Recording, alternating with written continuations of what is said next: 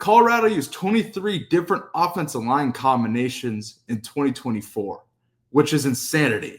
On top of their struggles to run the ball, averaging, I believe, around 65 yards a game per game rushing last season. Now, this season, I think this is going to change significantly. Obviously, you got Jordan Seaton at the left tackle, who is an absolute stud of a player. And take a listen to Matt McChesney and I raving about Jordan Seaton and his potential going into this season. Jordan Seaton look at this big son of a bitch running. Jordan Seaton looks good, Look dude. at this fucking guy, dog. First pick in the draft. Jordan Seaton, when he comes out, is the first pick in the fucking draft. Facts. If Jordan Seaton continues to work his way up as on top of his true freshman season last year, I don't think anybody or a lot of people really understood.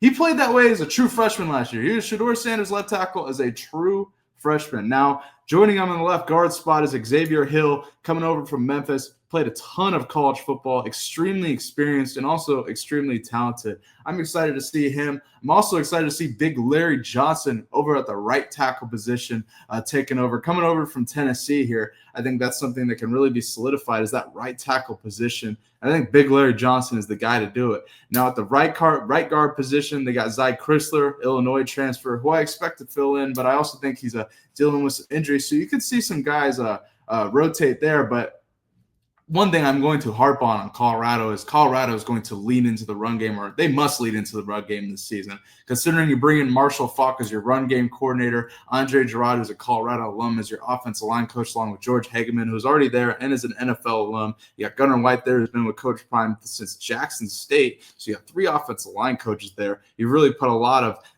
effort and intention in the coaching staff to running the football. You certainly got the personnel and the offensive line to lean into the run game. You got 2 great backs right now in Micah Welch and DeKalin Taylor. Also, you got Dallin Hayden, but he's out against Georgia Tech with a hand injury. But you got 2 great backs, so I expect Colorado to lean into. Also, you got the kid Price from Coastal Carolina that transferred over to Colorado, is hurdling over Cass in practice in the running back squad as well, I will mention. So 3 solid backs that Colorado can lean into.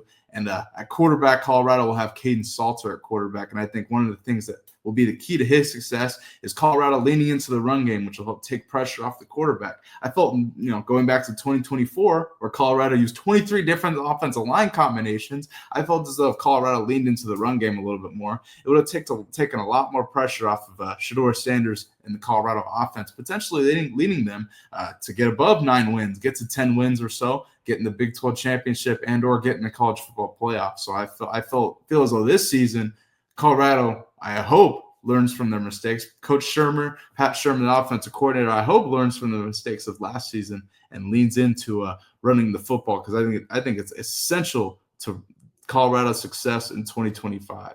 Let me know in the chat whether you agree or disagree here. And before we move on, Coach Prime was in an interview with Romy Bean. Shout out to her. She does a hell of a job. And Coach Prime described a certain scent he gets around the second quarter at Folsom Field here. Matt McChesney and I have discussed this at length, and we'll discuss this tomorrow on 0 to 60. But take a listen to this. What do you think about Folsom, about this stadium that surprised you, that you didn't expect? Yeah.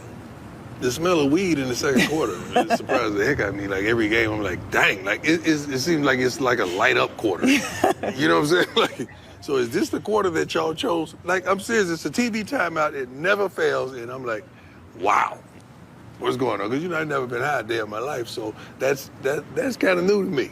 That's a Boulder essential, I guess. It truly.